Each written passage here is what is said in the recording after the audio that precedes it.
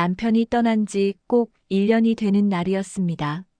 집안은 무주공상 같았고 창틈으로 들어오는 오후의 햇살만이 먼지 섞인 공기 속에서 힘없이 춤을 추고 있었죠. 김정숙 씨는 거실 한 구석에 놓인 남편의 낡은 서재 책상을 정리하기 시작했습니다. 평생 무뚝뚝했던 남편의 흔적을 지우는 일은 생각보다 담담했습니다. 그런데 가장 아래쪽 삐걱거리는 서랍 깊숙한 곳에서 낡은 가죽 수첩 하나가 툭 떨어졌습니다. 그건 남편의 것이 아니었습니다. 50년 전 정숙 씨가 대학 진학을 포기하고 시집을 올 때 챙겨왔던 자신의 일기장이었죠. 떨리는 손으로 책장을 넘기자 빛바랜 종이 사이에서 무언가 툭 떨어집니다. 1975년 가을 날짜가 찍힌 춘천행 기차표 한 장. 그리고 그 옆에는 정갈하지만 힘있는 글씨로 이렇게 적혀 있었습니다. 다시 만나도 우리는 같은 선택을 했을까? 정숙 씨의 심장이 덜컥 내려앉았습니다. 그것은 질문이자 고백이었고 동시에 잃어버린 시간에 대한 통곡이었습니다.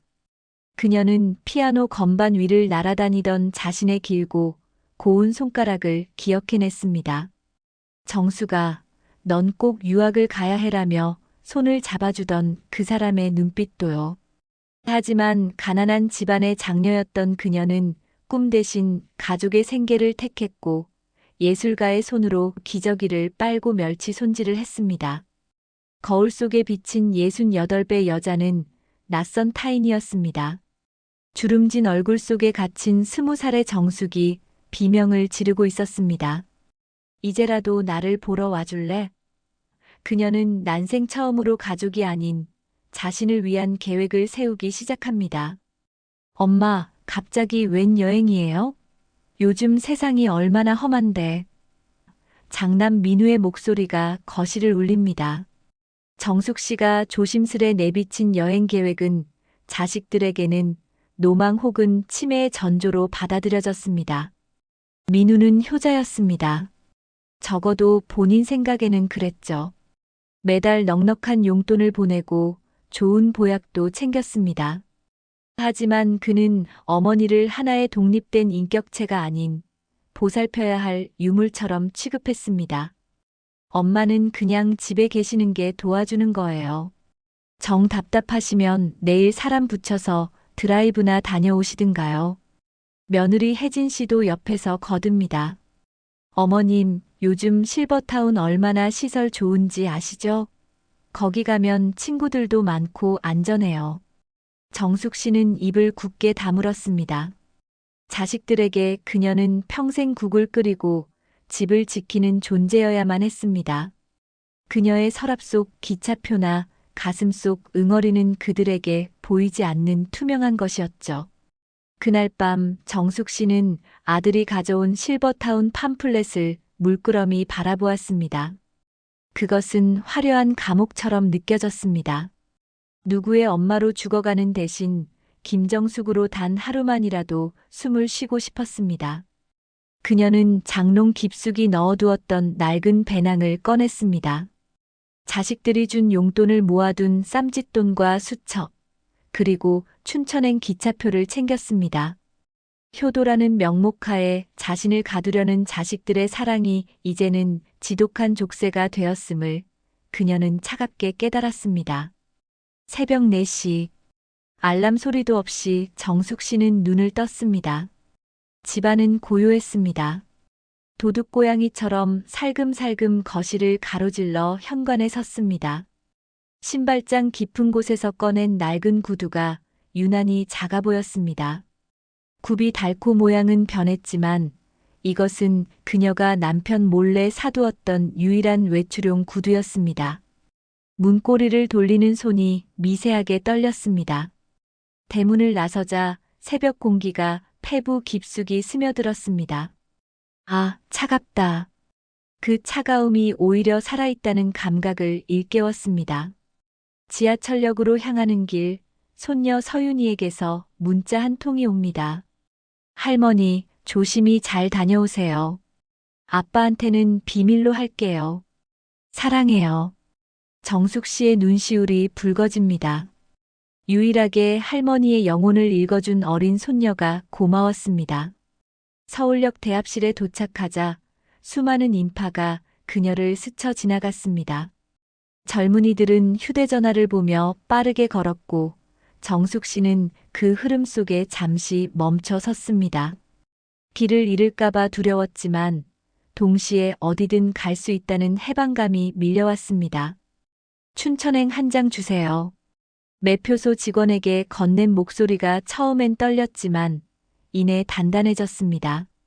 기차에 올라타 자리에 앉는 순간 정숙 씨는 50년 동안 닫혀있던 마음의 빗장이 풀리는 소리를 들었습니다.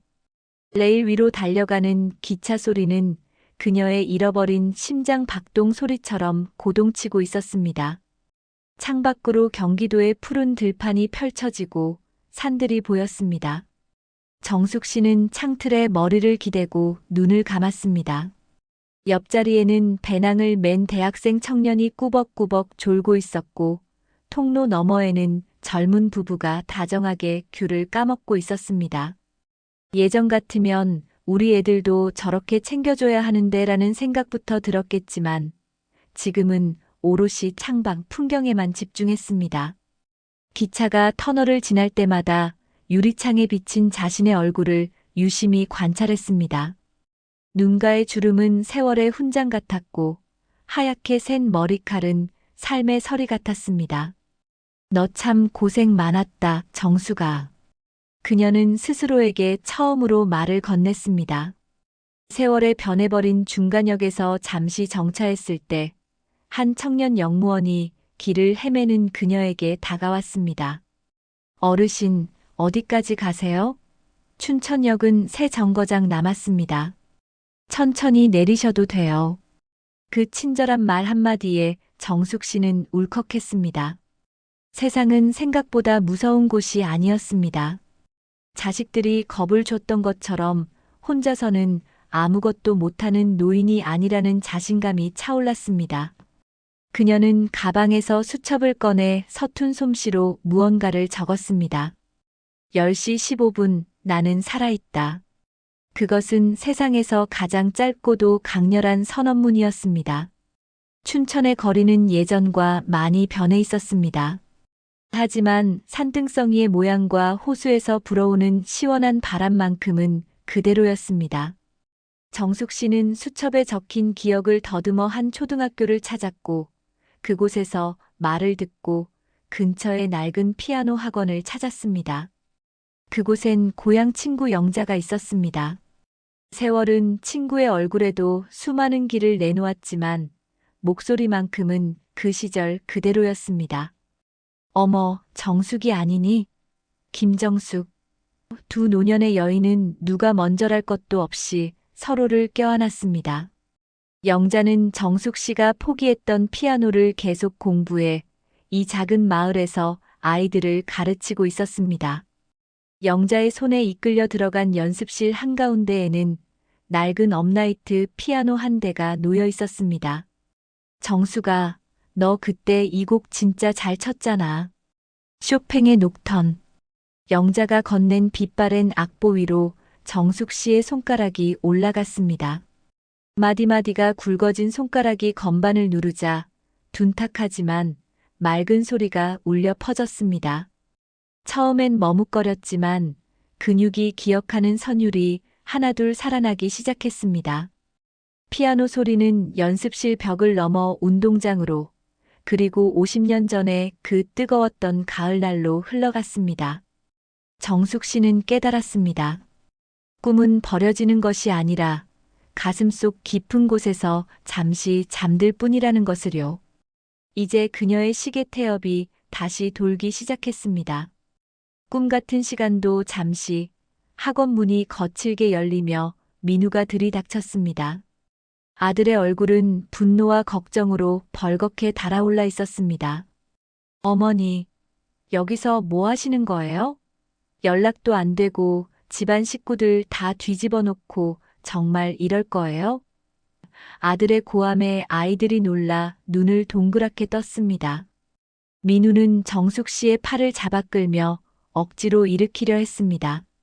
하지만 정숙 씨는 움직이지 않았습니다.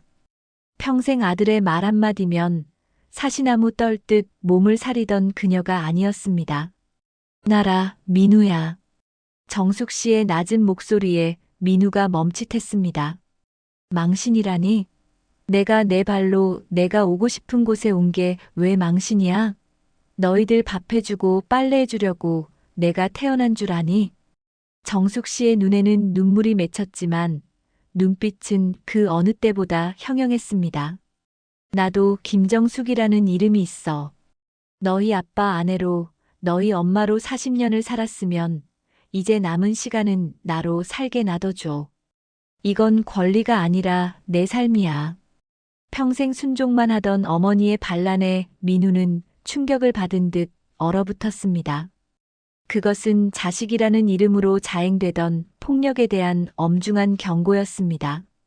태풍이 지나간 자리처럼 정적이 흘렀지만 그 정적 속에서 정숙 씨는 비로소 거인처럼 우뚝 섰습니다. 아들을 먼저 돌려보낸 정숙 씨는 혼자서 춘천 외곽의 한 수목원을 찾았습니다.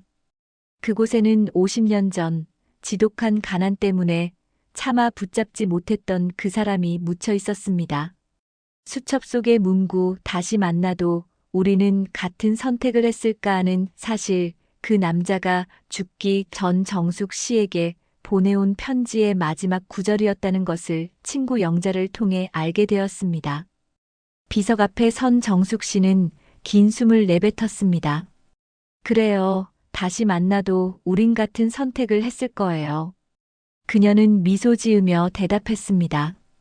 가난한 예술가의 아내가 되어 굶주리는 것보다 성실한 남편을 만나 자식들을 번듯하게 키워낸 그 세월을 그녀는 후회하지 않기로 했습니다.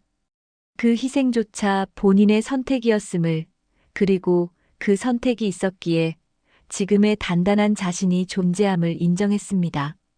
하지만 말이야, 이제는 나를 용서하려고 해. 당신을 버렸던 나를, 내 꿈을 외면했던 나를. 그녀는 비석 위에 손을 얹었습니다. 차가운 돌의 감촉이 따스하게 변하는 것 같았습니다. 과거의 상처와 화해하는 순간 가슴 속을 짓누르던 커다란 응어리가 녹아내렸습니다. 그의 죽음을 안 것은 끝이 아니라 스스로 만들어가는 시작임을 정숙 씨는 바람에 흔들리는 나뭇잎 소리를 들으며 고개를 돌려 걸어갑니다. 서울로 돌아온 정숙 씨의 삶은 이전과 같았지만 완전히 달랐습니다. 그녀는 여전히 아침에 일어나 국을 끓였지만 이제는 자신의 취향을 담아 간을 맞췄습니다. 그리고 오후가 되면 예쁜 가방을 메고 집을 나섰습니다. 구청 문화센터의 시니어 피아노 반에 등록했기 때문입니다. 민우는 더 이상 엄마를 구속하지 않았습니다. 대신 어머니의 연주회 날짜를 캘린더에 적어두었죠. 정숙 씨는 거울 앞에서 립스틱을 짙게 발랐습니다. 화사한 옷을 입고 현관을 나서는 그녀의 발걸음은 가벼웠습니다. 다시 만나도 우리는 같은 선택을 하겠지만 이제 남은 시간은 오직 김정숙으로 살 거야. 무대 위 스포트라이트가 그녀를 비춥니다. 긴장되지만 정성을 다해 건반을 누르는 정숙 씨의 손가락이 춤을 춥니다. 객석에서 서윤이가 환호하고 아들이 복잡한 표정으로 박수를 칩니다. 정숙 씨는 연주를 마치고 깊이 허리를 숙여 인사했습니다. 그것은 관객을 향한 인사이자 훌륭하게 인생을 버텨온 자기 자신을 향한 경이었습니다. 인생이라는 긴 기차 여행의 종착역은 아직 멀었습니다. 그녀는 피아노를 치며 자신의 인생을 노래하고 있습니다. 활짝 웃는 그녀의 얼굴 뒤로 찬란한 황혼이 금빛으로 비춰지고 있었습니다.